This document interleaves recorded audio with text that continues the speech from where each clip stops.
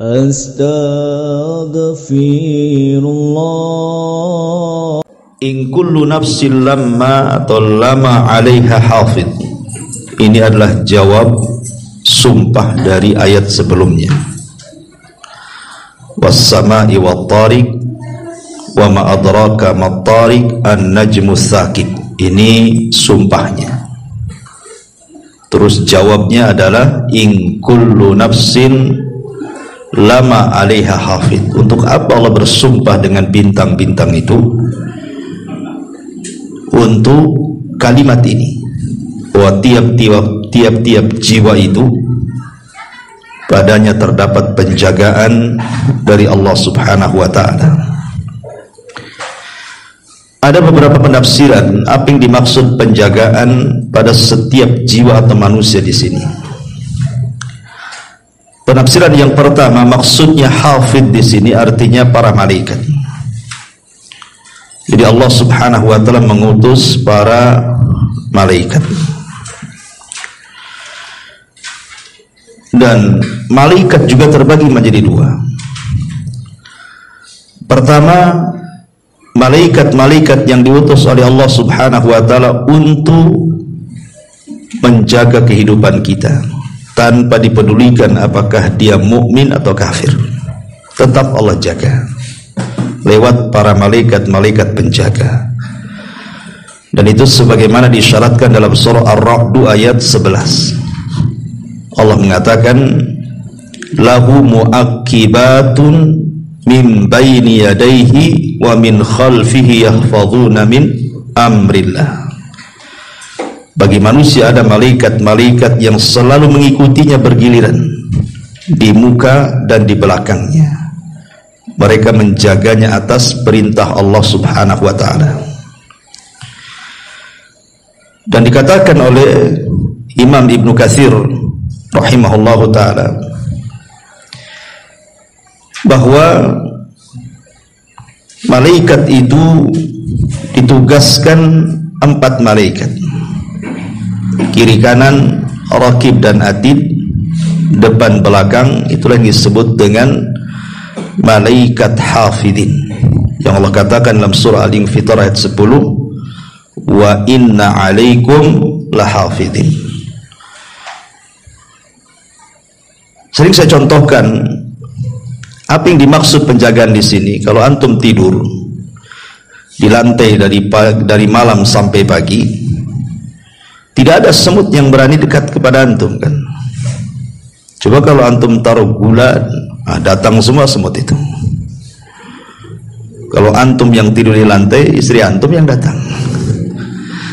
Artinya bahwa dengan tidak adanya semut, kecoa, kaki 2000 atau apalah yang banyak di rumah itu, siapa yang menjadikan binatang-binatang itu tidak mendekat kita saat tidur loh? Padahal kalau semut mau balas dendam sama kita itu pas waktu tidur, kan? Karena orang yang kadang-kadang tengok semut nggak tahan disemprotnya sama baygon. Tetapi Allah Subhanahu wa ta'ala jaga, tidak ada satu binatang yang mendekat kita. Atau kalau antum naik motor, diperkirakan antum ini akan nabrak, rupanya tidak nabrak, atau tidak pun ditabrak. Siapa yang menjadikan tidak ditabrak dan tidak menabrak itu? Malaikat yang menjaga kita. Atau orang yang kecelakaan gitu ya, karena saya juga pernah kecelakaan itu sampai ringsek mobilnya itu, alhamdulillah masih hidup gitu ya. Dan saya yakin malaikat yang menjaga. Bahkan anak saya juga Humairah masih kecil, alhamdulillah kan itu. Jadi itulah yang disebut dengan malaikat-malaikat yang menjaga. Ini malaikat pertama. Atau malaikat yang diutus oleh Allah Subhanahu wa ta'ala untuk mencatat, yang disebut dengan raqib dan atid, di mana Allah mengatakan ma yalfidu min qaulin illa ladaihi raqibun atid. Dan tidaklah di samping kiri kanan manusia itu kecuali ada raqib dan atid, satu mencatat kebaikan, satu mencatat keburukan. Dan malaikat ini hafal apapun yang dikerjakan kita, dia bisa menghafalnya dan tidak akan pernah lupa. bukan hanya sekedar hafal, dia juga mencatat. Dari sini ada isyarat bahwa kita dilarang, atau Allah subhanahu wa ta'ala menganjurkan kita untuk tidak asal bicara atau berbuat, karena akan dicatat tuh. Karena ucapan manusia kan terbagi tiga. Ada yang mengandung dosa, tetap dicatat. Ada yang mengandung pahala, tetap dicatat. Ada yang tidak mengandung dua-duanya pun dicatat. Jadi semua akan dicatat gitu ya, ucapan manusia itu. Termasuk juga perbuatan. Kadang ucapan dari bentuk perbuatan kita itu terkadang lebih kejam daripada ucapan lisan. Contoh nih, ada orang yang sudah merangkai kata-kata di rumah, awas nih kalau saya ketemu, saya keluarkan isi jantung saya.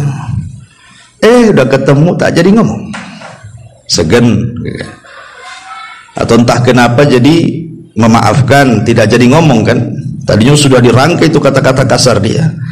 Tapi kalau dengan perbuatan, nyatat pemanja dengan tangan kita di Facebook, di grup-grup, catat dengan tangan kita, oh semua keluar tuh, karena nggak nampak orangnya kan. Makanya dalam surah Yasin Allah isyaratkan, yauma nakhtimu ala afwahihim wa tukallimuna aydihim wa tashhadu arjuluhum bima kanu ya'malun. Pada hari mulut terkunci tapi tangan pula bicara. Tangan bicara maksudnya ya tulisan itu. Dan sekarang ini memang tulisan itu lebih dahsyat sekali. Kita lihat sekarang musim-musim politik ini kan, kadang-kadang orang mencatat sesuatu, menyebar hoax sana sini kan, membela kandidatnya masing-masing. Entah benar entah salah, yang penting membela orang yang didukungnya. Padahal kalau yang didukungnya itu menang, dia pun tidak dapat apa-apa sebenarnya. Dosa sudah jelas dapat gitu ya. Tapi dunia apa yang diuntungkan bagi dia? Kecuali orang-orang dekat dengan kandidat lah. Kita yang jauh kenal pun tidak, dia pun tak kenal kita. Kadang-kadang kita bela habis-habisan, maksudnya apa kan itu? Kadang-kadang ngomong tidak dengan fakta gitu kan. Intinya bahwa hati-hati ini tahun politik. Baik lisan ataupun perbuatan ini semua dicatat oleh Allah Subhanahu wa taala. Ini penafsiran yang pertama. Maksudnya hafid di sini artinya malaikat. Penafsiran yang kedua, maksudnya hafid di sini artinya adalah akal. Manusia itu diberikan akal oleh Allah Azza wa Jalla, dan akal itu berkawan dengan ruh, sehingga akal itu biasanya berpikir jernih, lain dengan hawa nafsu. Hawa nafsu itu berkawan dengan badan, sehingga bawaannya itu mengikuti keinginan badan. Makan, melakukan hubungan seks, kenikmatan dunia, itulah keinginan badan. Kemudian hawa nafsu yang mendorongnya kan itu. Tapi kalau akal itu lebih dekat dengan ruh, dan ruh itu asalnya dari Allah. Makanya terkadang hawa nafsu hendak melakukan sesuatu keburukan, akal pula menolaknya, tidak jadi. Berarti akal itu yang menjaga kita. Ya, ini penafsiran yang kedua. Dan penafsiran yang ketiga, hafid di sini adalah Allah itu sendiri. Allah sendiri, karena di antara nama-nama Allah Subhanahu wa taala adalah Al-Hafidh ataupun Hafidh. Bisa memanjangkan haknya Hafidh, Al-Hafidh atau Al-Hafidh. Jadi Al-Hafidh itu nama Allah. Dan disebutkan para ulama yang dimaksud hafid itu artinya alladzi yahfadhu 'alal khalqi a'malahum wa yuhsi 'alaihim aqwalahum wa ya'lam niyatahum wa ma takun sudurahum walladzi yahfadhu awliya'ahu minadh-dhunubi wasyayatin. Jadi makna daripada hafid adalah Allah menjaga seluruh makhluknya, mencatat amal-amal mereka, mengetahui semua perkataan mereka, bahkan mengetahui niat-niat mereka, termasuk yang terselubung dalam dada-dada mereka. Bahkan Allah menjaga wali-walinya dari setiap perbuatan dosa dan juga dari syaitan. Jadi maksudnya Allah menjaga kita, dan tidak ada penjaga terbaik kecuali Allah Subhanahu wa taala. Ini yang kita akan bentangkan malam ini. Maka malam ini satu ayat saja karena pembahasannya di poin yang ketiga. Allah sebaik-baik penjaga. Di dalam Al-Quranul Karim Allah Subhanahu wa ta'ala berfirman dalam surah Yusuf ayat 64. Qul hal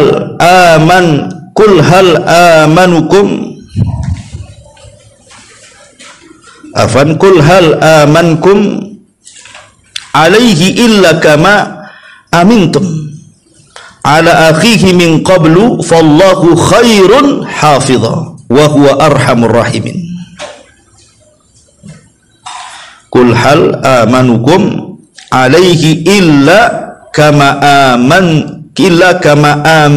amantukum ya. Ini kisah daripada Nabi Yakub. Yakub berkata, bagaimana aku akan mempercayakan Binyamin kepada kalian seperti aku telah mempercayakan saudaranya Yusuf kepada kalian dulu kala gitu ya. Maka Allah adalah sebaik-baik penjaga dan Dia Maha Penyayang di antara para penyayang. Kisahnya begini. Kita tahu bahwa setelah Nabi Yusuf ini hilang, kemudian oleh saudara-saudaranya dimasukkan ke dalam sumur, kemudian saudaranya membuat cerita bahwa Yusuf dimakan dan diterkam serigala dengan dibawakan bajunya yang sudah dilumuri oleh darah kambing. Dari situ kemudian Nabi Yakub sedih sampai dia mengatakan fasabrun jamil wallahul musta'anu ala ma tasifun.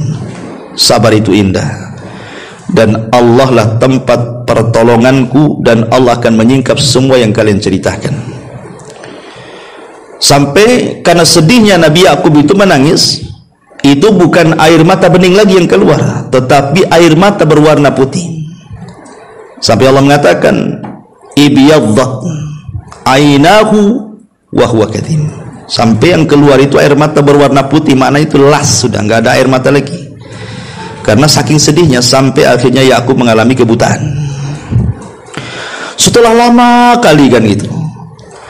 Rupanya Mesir ini ekonominya bagus. Dipegang oleh Nabi Yusuf alaihi salatu wassalam. Kemudian Palestina mengalami kekeringan dan paceklik yang berkepanjangan sehingga kelaparan.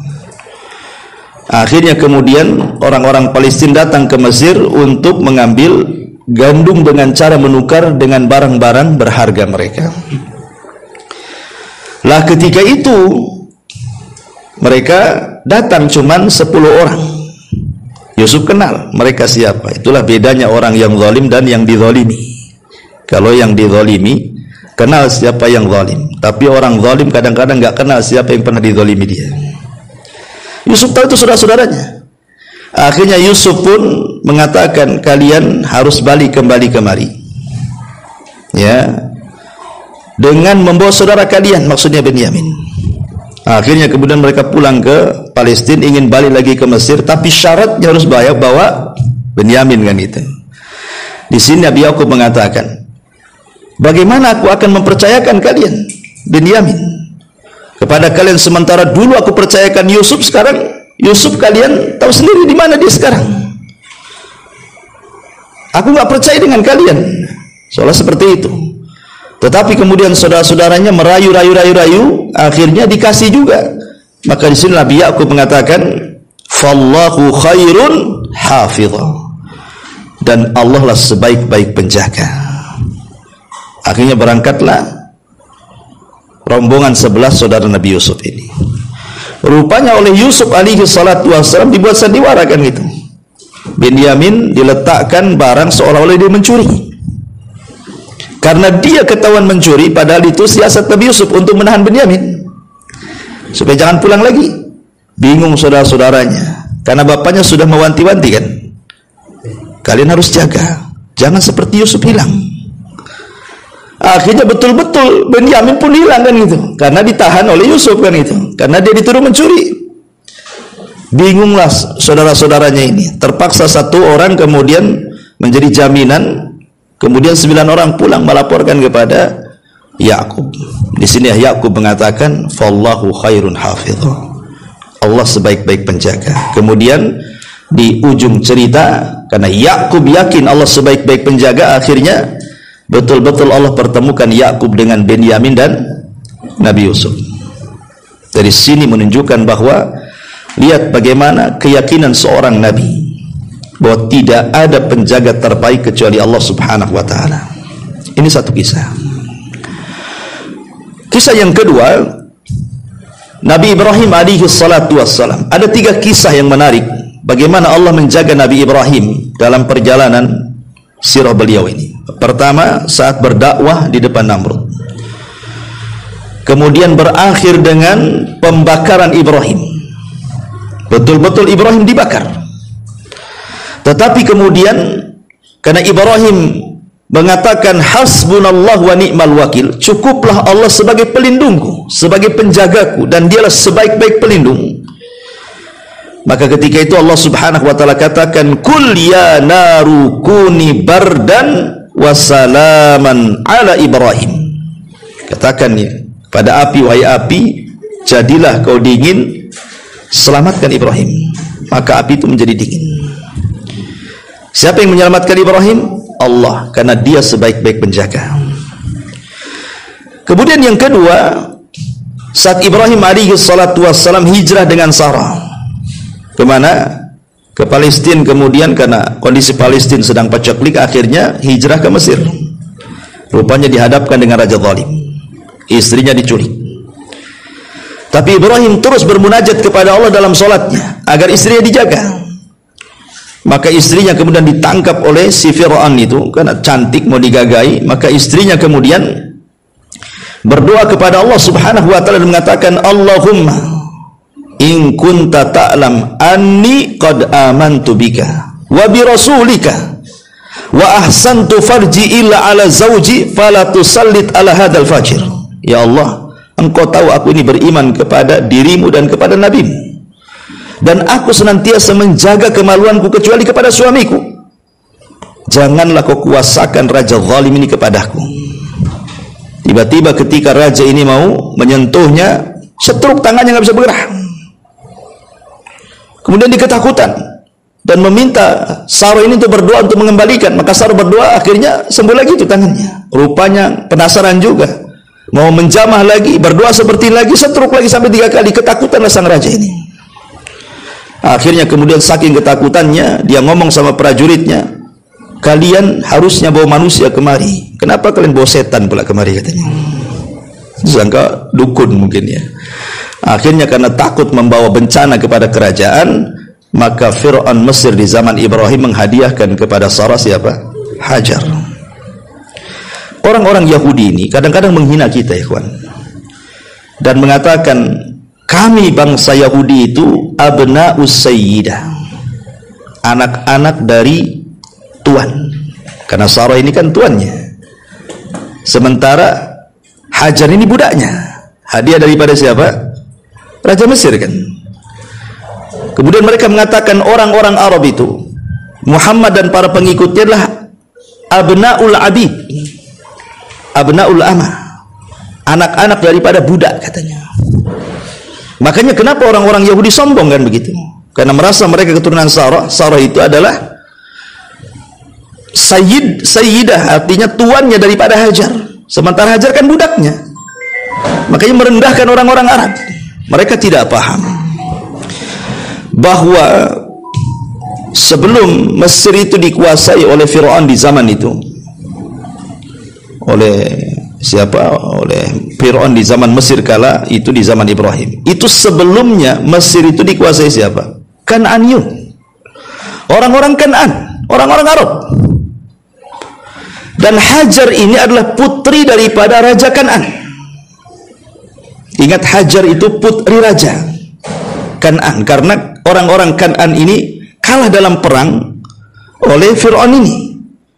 Lah kemudian si Hajar ini masih kecil, ya, anak raja daripada Kan'an ini akhirnya dipungut oleh si Fir'aun, dibesarkan.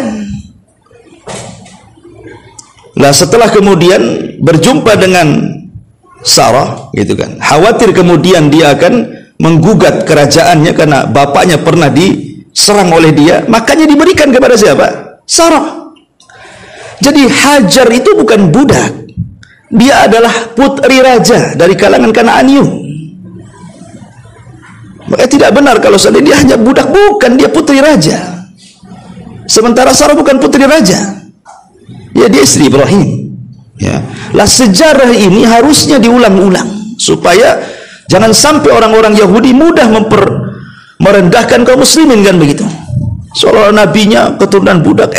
Tidak. Hajar itu putri rajanya Kanaanium. Ya.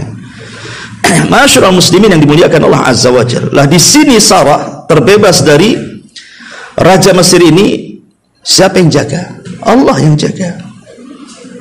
Kemudian yang ketiga, saat Ibrahim meletakkan Hajar dan putranya Ismail,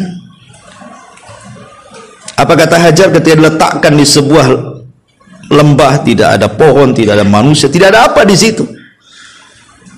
Kemudian kata Hajar, apakah ini perintah Allah? Ibrahim hanya menganggukkan tanpa bicara. Maka Hajar dengan yakinnya mengatakan, idzan la yudayyi'un Allah. Kalau begitu Allah tidak menyia-nyiakan kami, pergi kau. Artinya bahwa Hajar sangat yakin bahwa dia tidak mungkin disia-siakan dan pasti dijaga Allah. Dan betul, setelah Ibrahim pergi, tidak mati Hajar itu dengan Ismail, padahal di tengah padang pasir, lembah lagi. Kita tahu Mekah itu kan kiri kanannya bukit, dan itu menakutkan di zaman itu. Tapi siapa yang menyelamatkan jiwa Hajar kemudian sampai Ismail besar dan menjadi nabi? Allah Subhanahu wa taala. Di sini Allah katakan, "Fallahu khairun hafidha." Allah lah sebaik-baik penjaga. Kemudian yang ketiga, kisah Nabi Musa. Nabi Musa ketika bayi diletakkan di tabut kota, hanyut di Sungai Nil. Sebutkan dalam sejarah Israiliyat itu, ibunya ketika membuatkan kotak kepada seorang Israeli itu karena terburu-buru. Namanya perbuatan yang terburu-buru itu pasti kurang mungkin.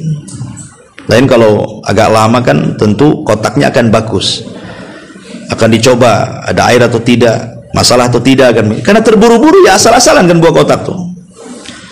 Tetapi karena itu adalah ilham yang Allah ilhamkan kepada ibunda daripada Musa, fa'alqihi fil yam, kan itu. Kalau engkau takut, lemparkan saja ke Sungai Nil. Maksudnya pakai kotak itu. Maka Allah jaga kotak itu. Walaupun ketika kemudian talinya lepas, kotak itu tetap selamat. Bahkan ketika sampai di tengah-tengah kerajaan Firaun, yang ketika itu musim pembunuhan anak bayi-bayi, hampir saja Musa dibunuh, tapi dibela oleh Asya bintu Muzaim. Allah selamatkan lagi, dan itu bentuk penjagaan Allah. Bahkan ketika sudah jadi nabi, membawa Bani Israel dari Mesir ke Palestina, tiba-tiba terhalang dengan apa? Lautan. Sampai Bani Israel ketakutan. Kenapa? Di belakang mereka pasukan sudah nampak. Sampai mereka mengatakan, innala mudrakun. Lihat, mereka sudah melihat kita sudah dikepung katanya. Mau lari kemana coba? Pulang ke belakang dikepung pasukan, depannya pula lautan. Tapi Musa kemudian memberikan ketenangan kepada Bani Israel. Inna ma'iya rabbi sayahdin. Kebersamaan kita dengan Allah pasti akan diberikan petunjuk. Akhirnya dia pun mementung dengan tongkatnya lautan, jadilah 12 jalan. Lewatlah semua Bani Israel dan berhasil melewati laut itu. Ketika Fir'aun mengejar pas di tengah-tengahnya, maka tongkat dipukulkan kembali, tiba-tiba rapat lagi air itu. Fir'aun pun ditenggelamkan. Siapa yang menjaga Musa dan Bani Israel? Allah. Ya. Ini menunjukkan apa? Penjagaan Allah kepada para nabi. Kemudian juga yang keempat, kisah Nabi Yunus. Ma'ruf kisah Nabi Yunus kan. Dia meninggalkan kaumnya padahal belum diperintahkan Allah, mau mencari negeri lain untuk berdakwah. Rupanya Allah Subhanahu wa taala menguji Nabi Yunus. Nabi Yunus belum diperintahkan pergi, sudah pergi. Akhirnya kemudian Allah uji, dia pun dimakan ikan, tapi tidak dikunyah. Allah perintahkan ikan jangan mengunyahnya, cukup menelannya saja. Kemudian dia berada di perut ikan itu di 3 kegelapan loh. Kegelapan perut ikan, kegelapan dalam lautan, kegelapan tengah malam. Harusnya Yunus meninggal di situ. Tapi siapa yang menjaga Nabi Yunus? Allah. Berkat apa? Berkat doa Nabi Yunus. Ketika dia mengatakan dalam doanya itu, bentuknya dia mengakui sebuah dosa, subhanaka inni kuntu minadh dhalimin, la ilaha illa anta subhanaka inni kuntu minadh dhalimin, maka kata Allah Subhanahu wa taala, kalaulah karena falaula annahu minal musabbihina la labisa fi batnihi ila yaumi yub'atsun. Kalaulah bukan karena tasbihnya terus diucapkan Yunus, tentu dia akan berada di perut ikan sampai kiamat. Tapi Allah selamatkan. Siapa yang menyelamatkan? Allah. Artinya siapa yang menjaga Yunus selama berada di perut ikan itu sehingga dia tidak mati? Allah Subhanahu wa taala. Fallahu khairun hafidha. Allah sebaik-baik penjaga. Okelah, mungkin itu kisah para nabi. Wajarlah para nabi itu dibela oleh Allah Azza wa Jalla. Baik, kita lihat selain para nabi. Ketika Nabi Musa alaihi salatu wassalam belajar kepada Khidir, salah satu pelajarannya apa? Khidir membunuh anak kecil. Anak kecil itu dibantai dia. Lagi main-main ambil parang, dia ambil, bunuh pula kan itu. Lah kenapa kemudian sampai dibunuh oleh Nabi Khidir coba? Ya. Karena ketika itu Khidir mendapatkan wahyu bahwa Nabi ini kelak kalau besar nanti akan kurang ajar dengan kedua orang tuanya kan? Bisa saja kedua orang tuanya dibunuh oleh anak itu. Sebelum anak itu kemudian durhaka membunuh orang tuanya, Khidir membunuhnya.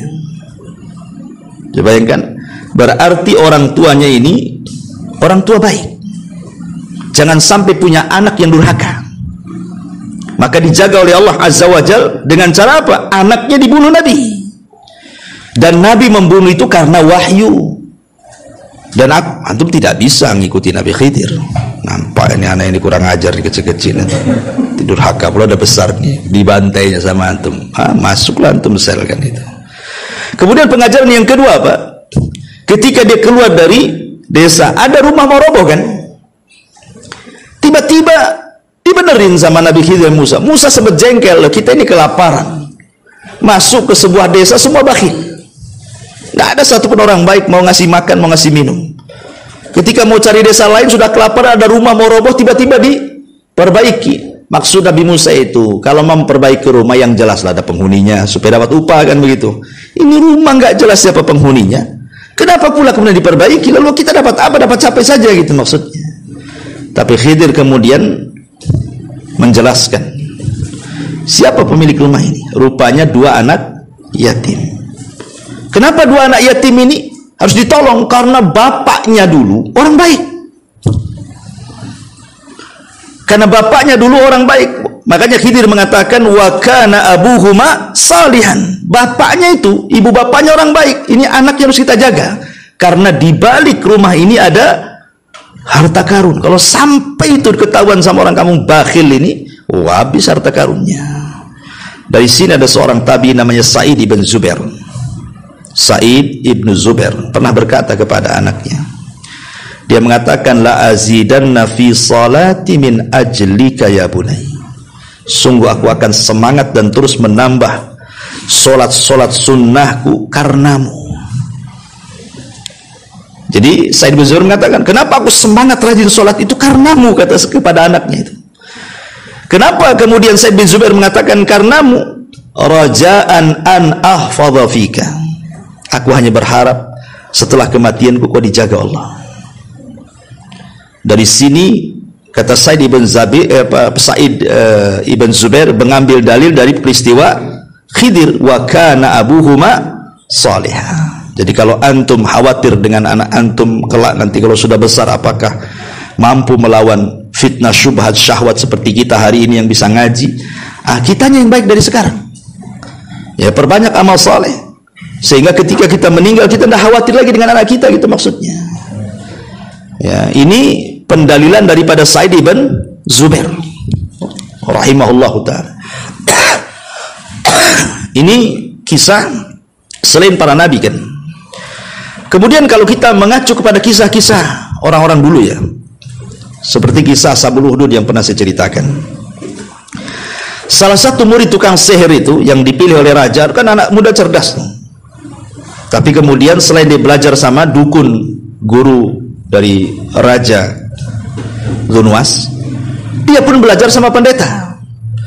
Tapi kemudian singkat cerita ketahuan karena dia lebih memilih pendeta dibandingkan tukang sihir. Akhirnya dia dikejar-kejar mau dibunuh kan. Sama raja kemudian disuruh dibantingkan dari atas bukit kan. Cari bukit yang tinggi, pasukan suruh bawa ke atas, suruh dilempar dari bukit tinggi. Anak muda ini hanya berdoa kepada Allah Subhanahu wa taala, Allahumma kfinihim bima syi'ta. Ya Allah, jaga diriku dari mereka, terserah kamu bagaimana caranya. Tiba-tiba gunungnya gempa, semua prajurit raja zalim jatuh mati semua, dia pula selamat. Siapa yang menyelamatkan? Allah.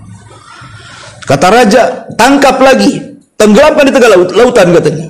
Akhirnya sang prajurit pun membawa kapal, dimasukkan lagi anak muda itu di tengah laut, datang ombak dihempas kapal, karam kapalnya. Semua prajurit mati, dia pula selamat. Sampai berkali-kali kan. Nah, siapa yang menjaga ini kalau bukan karena Allah Subhanahu wa taala? Ini kisah Ashabul Uhdud ya. Kemudian kalau kita mengacu kepada kisah Jurayz Al-Abid. Jurayz Al-Abid yang dituduh berzina dengan seorang wanita pelacur kan. Kemudian Bani Israel marah, oh rupanya dia pezina. Selama ini dia ngaku ahli ibadah, rupanya dia pezina. Akhirnya dirobohkan saumaahnya, tempat ibadahnya, dan dia dipukuli hampir mati. Tapi kemudian Allah jaga dia dengan cara apa? Dia mengatakan, berikan aku waktu untuk berwudu dan sholat. Akhirnya dia wudu kemudian sholat. Setelah sholat dia cubit tuh anak bayinya. Man abuk, siapa bapakmu? Tiba-tiba bayi itu bisa bicara. Abi ra'il ghanam, bapakku seorang pengembala kambing. Kan? Coba kalau sekarang ada bayi dipuji, siapa bapakmu? Bapakku tuh yang ngaji tuh Bapak Jul. Habis lah itu. Kan itu. Ma'asyiral muslimin yang dimuliakan Allah Azza wa Jalla. Jadi Jurayz ini dijaga oleh Allah Subhanahu wa taala, tidak jadi dibunuh oleh Bani Israel. Ya. Nah, ini kan kisah-kisah dulu. Ya. Sekarang kita lihat kisah-kisah umat Islam dari mulai sahabat Rasul, para tabi'in kan.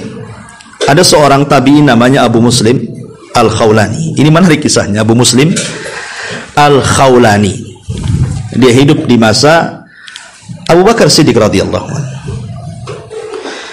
Jadi ketika di Yaman itu ada nabi palsu saingan daripada Musailamah Al-Kadzab. Kalau Musailamah Al-Kadzab kan di Yamamah. Kalau di Yaman itu ada nabi palsu namanya Al-Aswad Al-Ansi. Kan ada 4 orang yang aku nabi di masa akhir-akhir hayat Nabi. Yang banyak pengikutnya 2, Musailamah Al-Kadzab dan Al-Aswad Al-Ansi. Lah, Musailamah Al-Kadzab Abu Muslim Al-Khawlani ini diutus untuk menyadarkan Al-Aswad Al-Ansi. Tapi kemudian malah ditangkap. Ya, kemudian diikat. Kemudian kata Al-Aswad Al-Ansi, "Atashhadu anni Rasulullah?" Hei Abu Muslim, mau enggak kau bersaksi aku ini Rasulullah, katanya.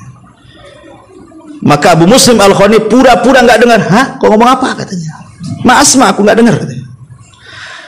Kemudian dia mengatakan, "Atashhadu anna Muhammad Rasulullah?" Apakah engkau bersaksi Muhammad Rasul? Ah, kalau itu benar, iya benar. Itu benar itu. Dengar saya. Diulang lagi, apakah aku Rasul? Aku enggak dengar, katanya. Apakah engkau bersaksi Muhammad Rasul? Ah, aku dengar. Ah, benar tuh, katanya. Pura-pura budak deh. Saudara sini. Akhirnya Abu Muslim Al-Khawlani ini dibakar. Jadi kata Al-Aswad Al-Ansi, kumpulkan gundukan kayu bakar. Akhirnya dia dicemplungkan ke dalam api. Persis seperti kisah Ibrahim. Ketika apinya padam, dia tidak apa-apa, cuman ikatan talinya aja lepas. Coba dengan Abu Muslim Al-Khawlani. Akhirnya kemudian karena takut mau fitnah, kata orang-orang Al-Aswad Al-Ansi, lebih baik diusir aja dari negeri sini. Nanti mau fitnah pula. Diusirlah kemudian Abu Muslim Al-Khawlani. Akhirnya dia safar ke Madinah di zaman kekhilafan Abu Bakar. Dia hendak menemui Abu Bakar. Ketika masuk ke Masjid Nabawi, Abu Bakar sedang berkhutbah. Di samping dia ada Umar bin Khattab radhiyallahu anhu. Kemudian Umar mendengar bahwa ada seorang sahabat, seorang tabi'in namanya Abu Muslim Al-Khawlani. Dia menentang nabi palsu Al-Aswad Al-Ansi, dibakar gak apa-apa. Kemudian ditanya, apakah itu dirimu, katanya. Karena aku mendengar orang Yaman mengatakan seperti itu. bahwa ada sahibul kadzab kharaqa sahibana binnar falam tadurrahu. Ada kawan kami di Yaman yang menentang nabi palsu, dibakar nggak apa-apa katanya. Apakah itu engkau katanya? Kata Abu Muslim Al-Khawlani, iya saya katanya. Maka apa kata Umar bin Khattab? Alhamdulillahilladzi, segala puja dan puji hanya milik Allah.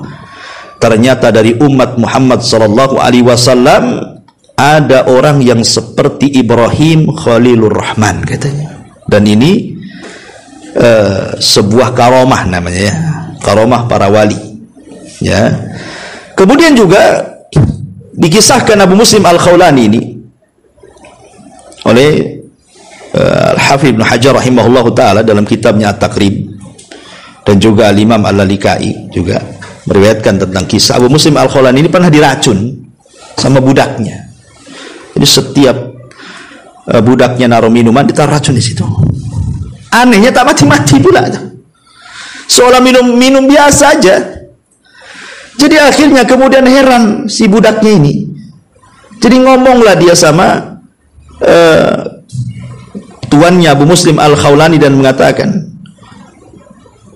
ma ziltu aj'alu summa fi ta'amika, akulah selalu menaruh racun di makananmu, mundu kada wa kada, sejak lama katanya. Fama arahu dzarraka, tapi aku tidak melihat racunmu kok enggak memadaratkan kamu, kok kayak biasa-biasa aja katanya. Jadi Abu Muslim Al-Khawlani ngomong, ya, walima ja'al tidali, kenapa kau sampai meletakkan racun kepadaku katanya. Maka budak wanita ini mengatakan, supaya aku terbebas dari kamu katanya, supaya aku tidak jadi budak. Kalau tuannya mati kan dia bisa kabur kan itu ya. Maka dia mengatakan, karena aku setiap aku makan atau minum, aku mengatakan bismillahi la yadhurruhu ma asmihi da'u rabbul ardi wa rabbus sama. Saya menyebut nama Allah, di mana nama Allah itu kalau disebut tidak akan memadaratkan satu penyakit pun di langit dan di bumi. Atau Rasul mengajarkan bismillahi la yadhurruhu ma asmi syai'un wa huwa bismillahi la yadhurruhu ma asmihi syai'un fil ardi wala fis sama. Ya, aku selalu mengucap kalimat itu katanya, maka aku diselamatkan dari racun itu. Ini karomah. Antum jangan coba-coba nuangkan baygon, kemudian antum baca doa ini deguk baygon pula. Wassalam, innalillahi wa inna ilaihi raji'un. Kemudian kisah yang ketiga dari Abu Muslim Al-Khawlani ini, dan ini dikisahkan juga oleh beberapa ulama seperti Al-Lalikai juga menjelaskan tentang kisah ini. Jadi saat Abu Muslim Al-Khawlani ini hendak menyerang Rum dan harus melintasi perairan yang cukup dalam dan memiliki ombak yang sangat deras gitu ya. Makanya kita lihat sungai-sungai itu nampak tenang, jangan kau lihat tenangnya, terkadang di bawah air itu deras pula dia kan, harusnya gitu. Akhirnya semua pasukan ketakutan lewat itu. Semua pasukan ketakutan lewat. Ini gimana, kita nggak bisa melintasi ini katanya. Tapi Abu Muslim Al-Khawlani kemudian berdoa kepada Allah Azza wa Jalla, ya Allah, sebagaimana engkau menyeberangkan Bani Israel, maka seberangkanlah kami semua, karena kami hendak berjihad di jalanmu. Akhirnya kata Muslim, karena dia kan ketuanya, ikut di belakangku katanya. Subhanallah, dia bisa berjalan di air dan tidak basah kecuali sampai tumit saja. Dan ini juga pernah dialami karomah seperti ini oleh Sa'ad bin Abi Waqqas saat perang Qadisiyah. Ya, dia bisa berjalan di air itu. Kemudian juga Al-Ala ibn Hadrami juga sama kisahnya. Sampai Abu Hurairah radhiyallahu an itu mengatakan, ketika kami berjalan di atas air, fa wallahi, demi Allah, mabtallat qadamun wala khuffun wala khuffu ba'irin wala hafirin wala hafiri dhabatin wa kana al-jaisu 4,000. Kata Abu Hurairah, demi Allah, kami bisa berjalan di atas air dan kaki-kaki kami serta sepatu-patu kami, bahkan sepatu kuda-kuda kami tidak basah. padahal jumlah kami ketika itu 4.000 pasukan. Akibat siapa? Karomahnya siapa? Al-Ala ibn Hadrami. Ya. Maka dari sini kita ingat perkataan siapa? Imam Syafi'i kan. Idza ra'aitum ar-rajula yamshi 'alal ma' aw yatiru fil hawa fala taghtarru bihi. Kan itu ya. Apabila engkau melihat ada orang bisa berjalan di air atau terbang ke langit, jangan sombong dulu. Bisa saja dia bukan wali Allah tapi wali setan kan. Makanya kata Imam Syafi'i, lihat amalannya. Kalau sesuai dengan Al-Quran dan Sunnah berarti memang karamah, itu wali Allah. Tapi kalau seandainya tidak cocok dengan Quran dan Sunnah, itulah wali setan kata Imam Syafi'i. Berarti dukun tuh, bantuan setan kan gitu. Makanya disebutkan oleh Abu Yazid Al-Bustami, dia mengatakan lillahi khalqun katsirun yamshuna 'alal ma' wala qimata lahum indallah. Berapa banyak orang-orang yang sanggup berjalan di atas air tetapi tidak ada nilai sedikit pun di hadapan Allah Azza wa Jalla. Ya, tetapi kalau kisahnya siapa Abu Muslim Al-Khawlani atau siapa Sa'ad bin Abi Waqqas, kemudian Al-Ala ibn Hadrami, ini kan para sahabat. Ya, betul-betul wali-wali Allah Azza wa Jalla yang seperti itu. Dan itu karomah ya, karomah yang Allah Subhanahu wa taala berikan. Ini salah satu penjagaan Allah kepada Abu Muslim Al-Khawlani, dan Allah khairun hafidh. Atau contoh kita kisah Safinah Maula Rasulullah sallallahu alaihi wasallam. Ada budak yang pernah dimerdekakan Rasul yang menjadi pembantu Rasul, namanya Safinah. Ya, Safinah Maula Nabi. Dijelaskan dalam sirah itu sebagaimana dijelaskan oleh Imam Tabrani dalam Mu'jamnya.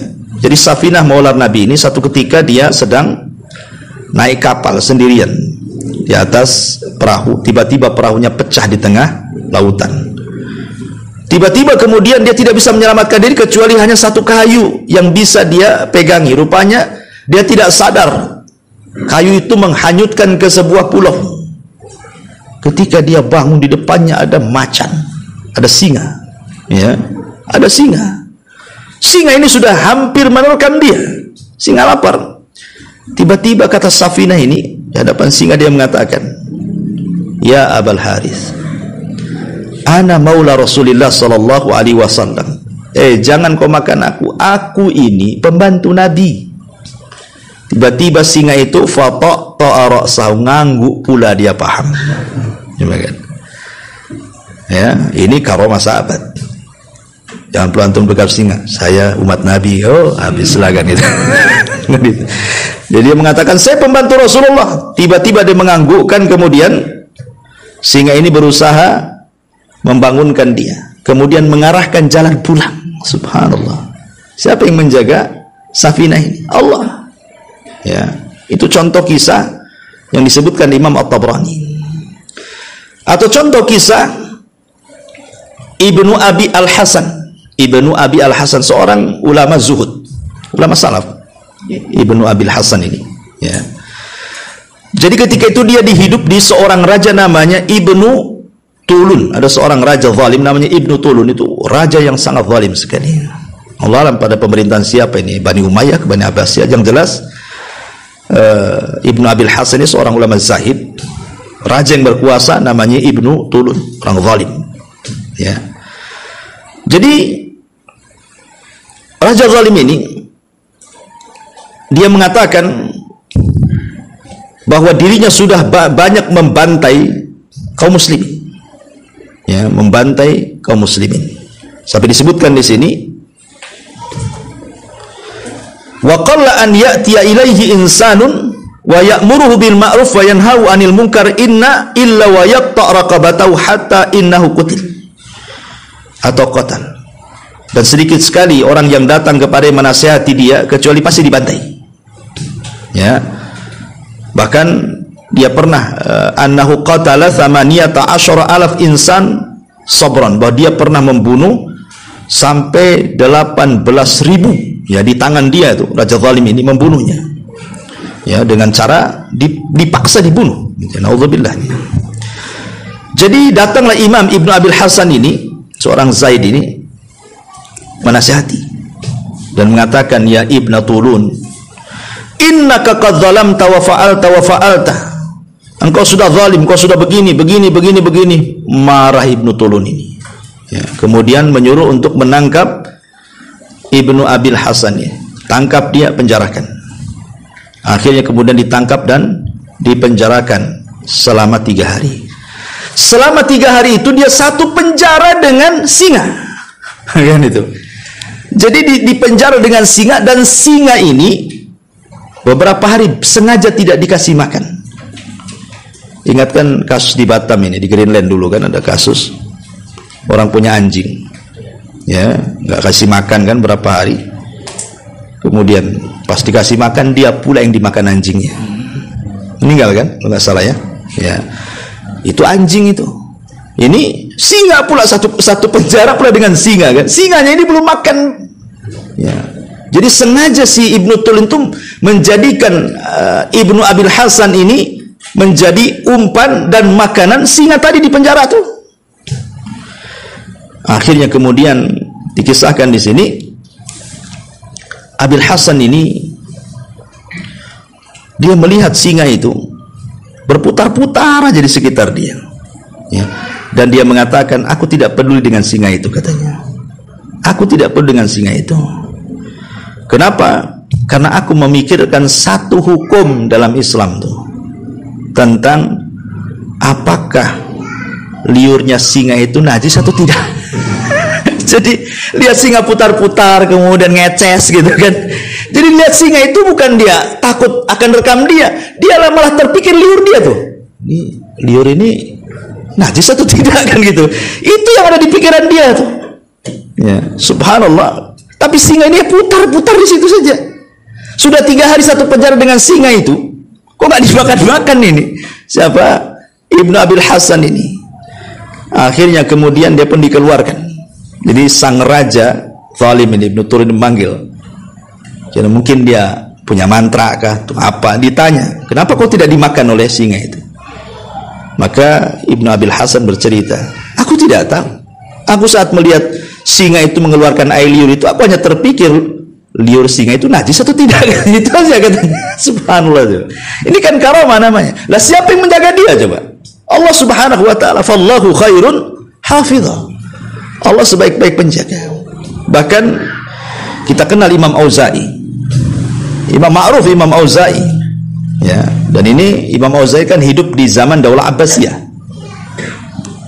Nah, Imam Auza'i ini imamnya, yang imam ahli sunnah yang sangat wara, dan saya pernah bercerita tentang Imam Auza'i, luar biasa kisahnya gitu ya.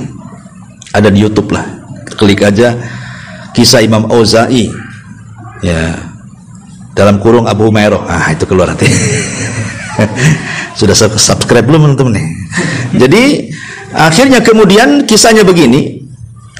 Jadi Raja Abbasiyah ini, ada seorang hakim dari Daulah Abbasiyah ini di Damaskus, pernah dalam satu hari itu dia membunuh sampai 38.000 jiwa kaum muslimin, saking zalimnya, ya. Ketika itu ada orang yang mengatakan, kira-kira raja ini, kira-kira siapa yang tidak tunduk dengan perintahku ini? Maka adalah orang yang melaporkan, semua ketakutan kepadamu kecuali satu orang, katanya. Siapa dia? Auza'i. Dia tidak pernah takut. Dia pasti akan terus menyuarakan tentang kebatilan. Oh, kalau gitu tangkap Auza'i, hadapkan kepadaku, katanya. Akhirnya kemudian Auza'i dihabarkan, dia dicari oleh tentara dan akan ditangkap dan akan dihadapkan kepada raja. Konsekuensinya pasti dibunuh.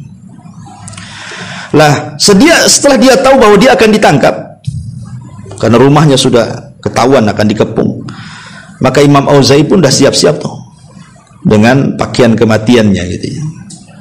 Dia siap-siap, dia mandi, dia berwudu, dia menggunakan pakaian putih, pokoknya sudah pasti dihadapkan, pasti mati lah. Maka dia sudah persiapkan semuanya. Berangkatlah kemudian Imam Auza'i sambil membaca doa yang diajarkan Nabi SAW, hasbunallah wa ni'mal wakil. Cukuplah Allah dan dia sebaik-baik pelindung. Berangkat Imam Auza'i, ketika dihadapkan dengan raja itu, saat dia membaca hasbunallah wa ni'mal wakil, demi Allah, kata dia, ma ra'aituhu amami illa kadzubab. Tidaklah aku melihat hakim yang selama ini menakutkan manusia kecuali di mataku seperti seekor lalat, katanya. Ya, seperti seekor lalat. Dia mengatakan seperti itu. Wallahi, demi Allah, ma dakhaltu bila tahu hatta bi'tu nafsi minallah. Demi Allah, ketika akan masuk melintasi keramik tegelnya gitu ya, terasnya, kecuali aku sudah menjual diriku kepada Allah Subhanahu wa taala.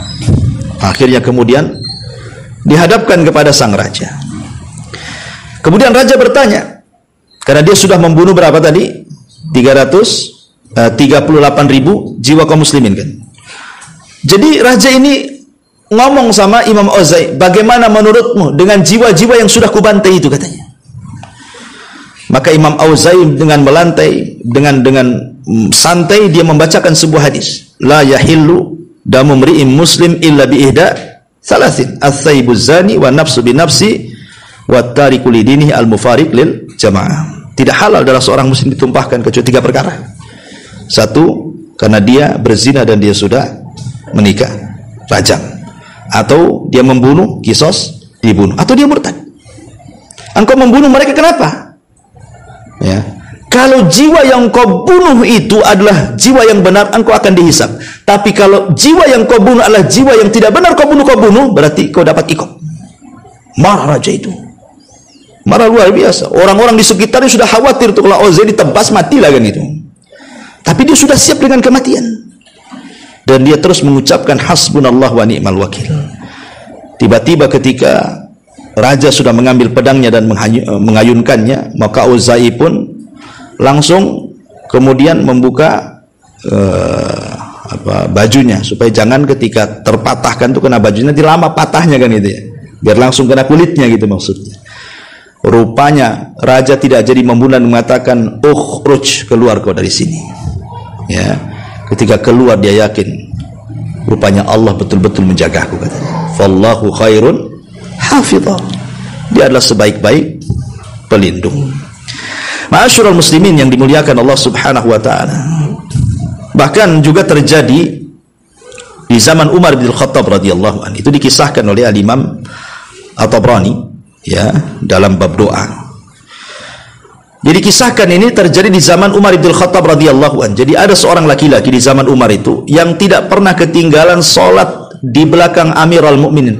5 waktu tidak pernah ketinggalan, selalu berjamaah ya. Tiba-tiba kemudian Umar radhiyallahu anhu ini menceritakan kepada istri-istrinya tentang rajinnya anak muda ini sholat. Rupanya istri-istrinya ya namanya sama mama, berceritalah, akhirnya menyebarlah kisah tentang anak muda yang rajin sholat ini. Rupanya ada perempuan yang sudah tua ingin menjebak dia ya, karena dia rupanya suka dengan anak muda itu. Udah tua suka dengan muda pula kan. Akhirnya kemudian satu hari dijebak anak muda itu, diundang malam-malam ke rumahnya dan mengatakan, wahai fulan, aku ini tidak bisa memerah susu kambing, tolonglah perahkan untukku, katanya.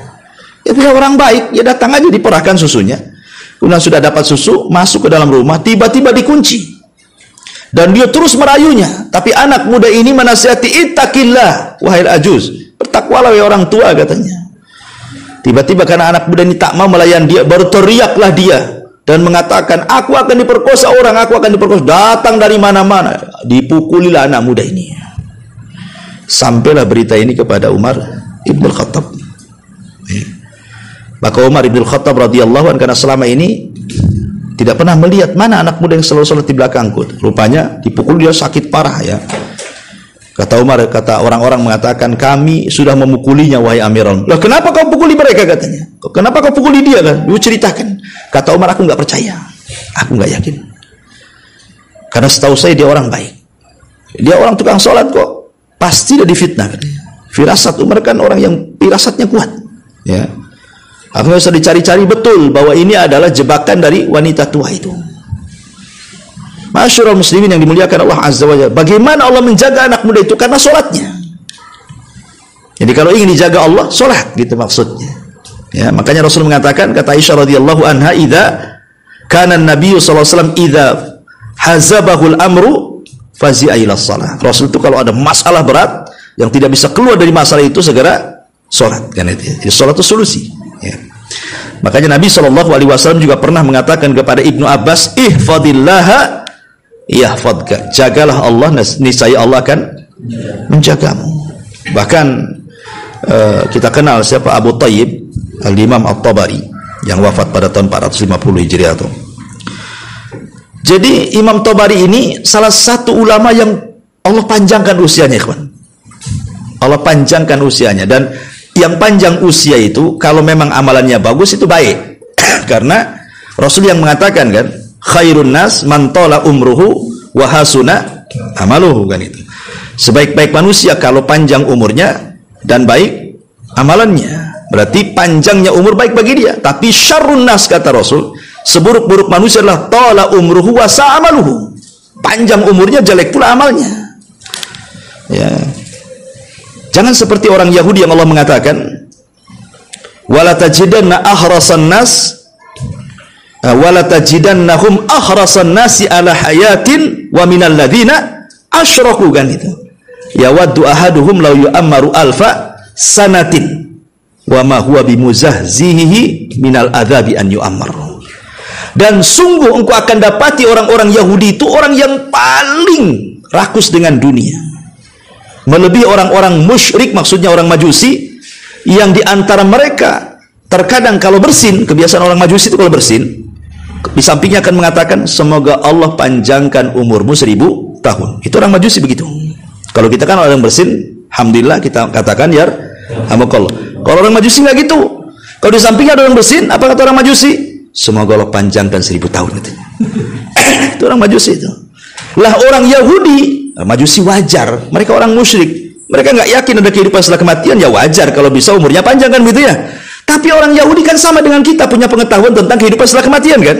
Tetapi orang Yahudi lebih parah, kata Rasulullah. Mereka ingin lebih panjang dibandingkan orang-orang Majusi. Ya. Sebenarnya yang paling panjang usianya siapa? Iblis. Paling panjang usianya itu iblis. Maka Imam Ahmad ketika dipuji, Imam Ahmad kan 82 ya usianya, kan, dibandingkan Imam Syafi'i 50, ya. Jadi yang paling lumayan lah Imam Ahmad itu dipanjangkan usianya, kan, 82 tahun dia sampai hidup. Jadi ada yang memuji Imam Ahmad apa? Ya tawilal umri, wahai orang yang dipanjangkan umurnya. Marah Imam Ahmad, yang dipanjangkan umur itu iblis, kata Imam Ahmad. Jangan gitu ngomongnya, kata Imam Ahmad.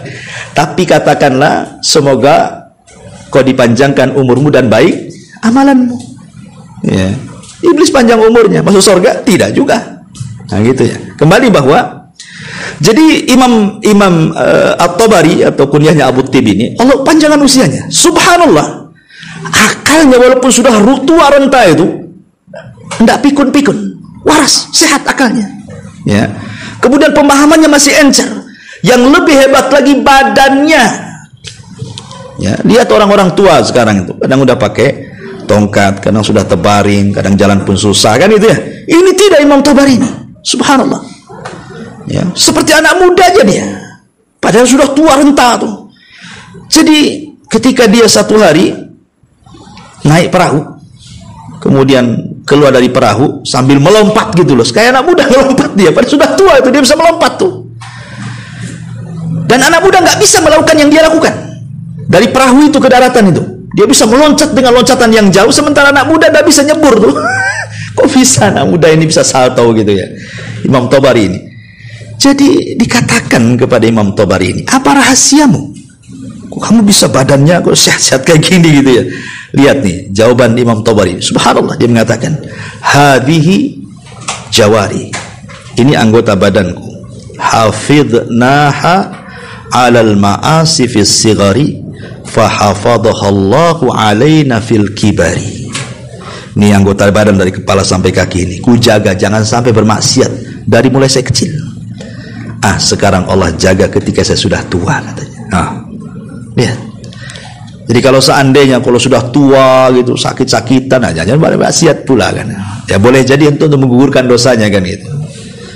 Tapi jangan kemudian kalau sudah sakit parah, jangan berangan-angan ingin mati, kan itu. Kata Rasul kepada Abbas la yatamayyanna ahadakumul maut.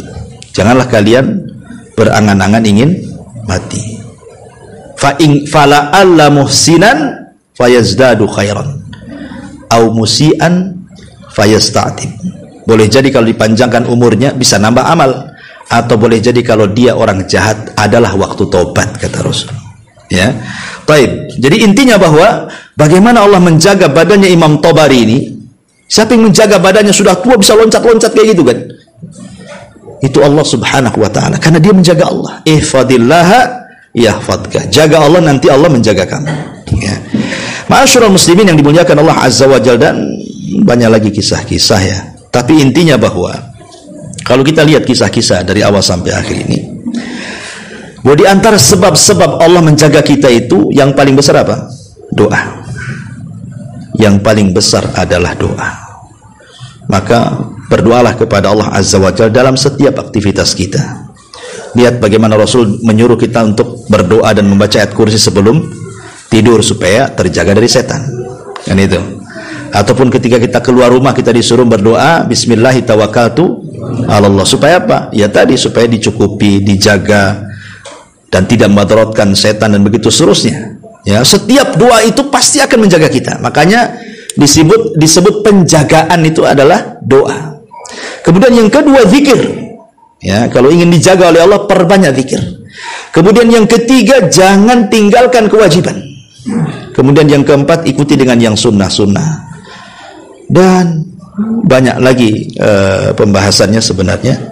Tapi yang jelas bahwa kalau kita melihat penjagaan Allah Subhanahu wa taala kepada kita ini luar biasa ya. Luar biasa. Kita tidak sadar saja bahwa kita sedang dijaga oleh Allah Subhanahu wa taala dan kita tidak pernah bersyukur.